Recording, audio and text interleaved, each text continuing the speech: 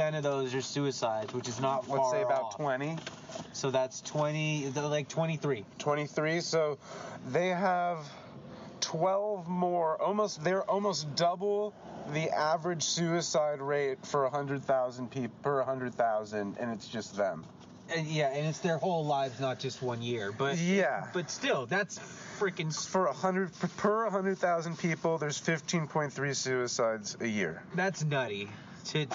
For over the course of 20 years to have that many people kill themselves just around 2 people in their political careers. It seems like more than a coincidence to me. I can't.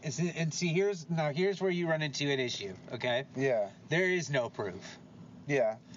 Like that's the problem. They're called suicides for that reason. There's not no proof, but there's nowhere near the kind of evidence you would need to ever bring any kind of anything against the Clintons. Yes, you wouldn't be able to bring them to trial. Oh yeah, you'd be dead before you got there. You would commit suicide before you got there. Yeah, exactly. You'd kill yourself. So no, I totally understand what you mean. That it's circumstantial. Yeah. And it would be more what's the term I'm thinking of? It's a certain type of data. Let me look up this term really quick while you talk. The bodyguard angle bothers me the most. So what about the bodyguard angle? Well, again, I got to draw my parallels to, I got to draw my House of Cards parallels, bro. Okay, yeah. It's just, I'm just bringing it back around again because in the show, remember they're each kind of cheating on each other with the bodyguard. Yes. And then they end up having a threesome with the bodyguard. Okay. So and then I don't think his name's Meacham on the show. I don't remember them killing Meacham off or anything, but it just shows again the bodyguard knew so much. These people know so much about their personal lives because they follow them around day in and day out. Like your security detail's always with you. It would be impossible for them not to know. And the other thing that bothers me is most of these bodyguards are ex-military. Yeah. So they're killing people. They're killing kids. They're kids. These guys are younger than me. Yeah. I'm 31 years old. Like the military's 10 years ago for me. You know what I mean? So they're killing kids who served their country and came home and decided to further serve their country and found things out that they didn't know they were going to find out, and then they're being killed for it. Okay, so what we're talking about, so what I was talking about before, talking about the Clintons and this type of information we're talking about is inductive reasoning. Okay. I wanted to mention this because it's an easier way to fully understand our argument since we don't have the quote-unquote proof. Yeah. So inductive reasoning is important for us to give people, our viewers, our audience, the facts, the definition of, so that they know what we're talking about. Inductive reasoning. Well, it's a lot like deductive reasoning, isn't it? So there's inductive reasoning and there's deductive reasoning. Inductive reasoning isn't certain, but you have so many parallels that you're almost certain. Inducted or introduced into deductive is more factual based. Yeah, deductive would be something like a detective. A detective would deduct something from the evidence and it would likely be right. Yes. But this is more of an inference. Yeah, so inductive reasoning is a method of reasoning in which the premises are viewed as supplying some evidence for the truth of the conclusion. While the conclusion of a deductive argument is certain, the truth of the conclusion of an inductive argument may be probable based upon the events given. Yeah. So you might not have the full story or the full everything, but you have enough of it to understand what's going on. Yeah, you can read between the lines a little bit. Exactly. But I just wanted to give them that because inductive reasoning is a good way to figure something out, even if you don't have the deductive aspect. And that is where our opinions and that's where everything's coming from on this. Yeah. Even Linda Thompson. Because they've been hiding the truth for so long, and we're not going to be able to fully uncover it all, or we'll be dead.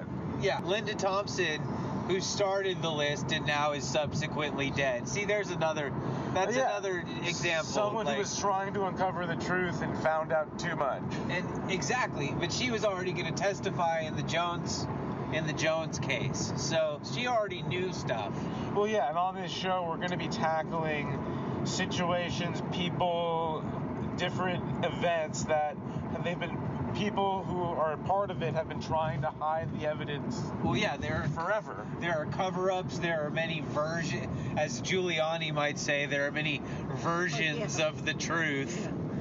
Yeah. But only the truth is truth. Exactly, but only the truth is true. But yeah, so you have the Linda Thompson connection. She already knew things. But see, what I want to point out about this, though, is that the one thing that is a certainty is that there are things to know. Does that make sense? There are things that there is information to be had. Yeah, okay. So there's information that has not come to light These yet. people are not getting killed because they're grasping at straws. Yeah, they're being killed because they found something. Yeah. Like, you don't testify in court over nothing. Especially not in a sexual harassment scandal against the President of the goddamn United States. There are things to be said and found here that people found. And now I can't prove they were killed for it, but I can prove that there were things to know. Makes sense. That makes sense? Yeah, so that they knew something that got them killed. In layman's the easiest way to say in a nutshell. Yeah. That's what we're thinking. What we for 100% know is they knew something. That this many people didn't kill themselves or drive themselves off a cliff or whatever. They were killed by the Clintons or by someone close to the Clintons. It's easier to believe than they all just died. In order to hide the truth. Especially that they all killed themselves. Well, yeah, that's the fact that there's so many suicides. And then the one more thing that I cannot get past, and I can't get past this, is the Ron Brown one. The guy and they think he got shot in the head, and then they crashed the plane with 34 other people in it. Okay. So they crashed the plane. Now he's dead. Is this the same one with the lone survivor? Yeah, there's a lone survivor of the plane crash. She dies on the way to the hospital by breaking her neck. In the ambulance crash. Yeah, I assume. Yes, I assume there had to have been some kind of accident on the way to the hospital. I think I said ambulance crash. I don't know that for certain. But she died. Broke her neck on the way to the hospital. She was alive when they put her in the ambulance. She was dead when they got to the hospital. And she was dead because of a broken neck. Weird to be alive and then all of a sudden dead. I thought there must have been some kind of accident on the way to the hospital, but now I see even I'm trying to reason this out.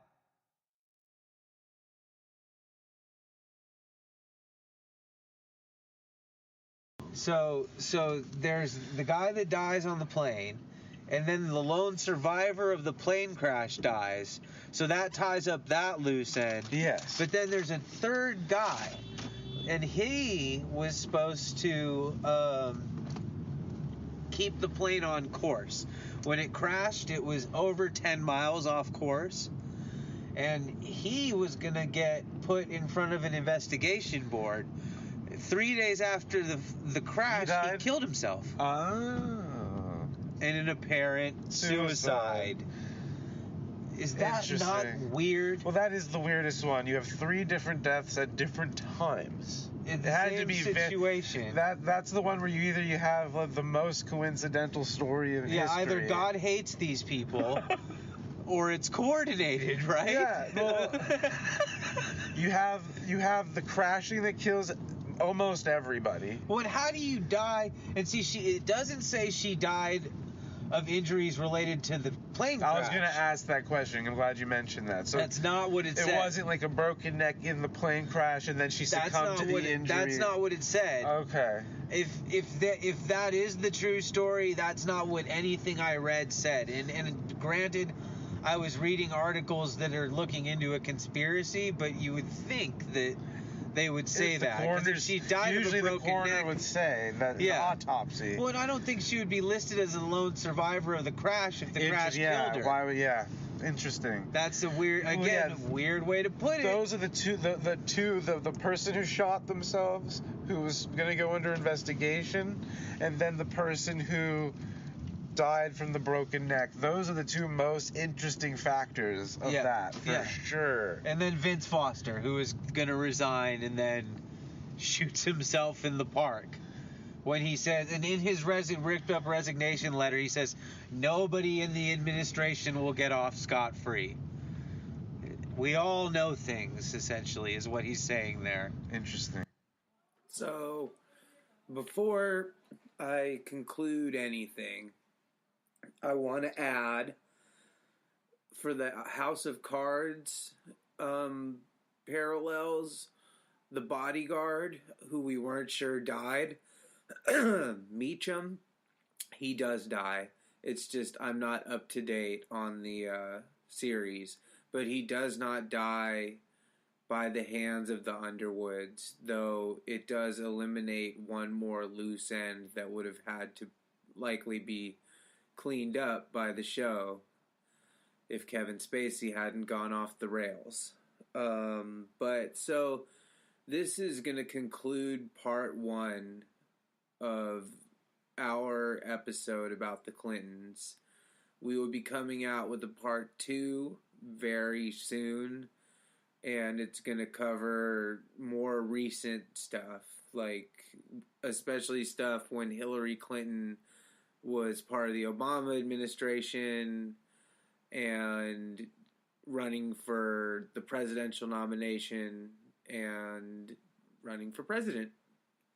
So I hope you enjoyed part 1, and I hope you're excited for part 2, because there's plenty more to talk about with the Clintons, and it's because they have a long political history in this country now. So we've been hearing Clinton for like 20-some years, so tune in for the next episode very, very soon. Very soon. This has been Truth is Truth with Zachary Cashado and Sam Cashado, and this is where the facts reign supreme.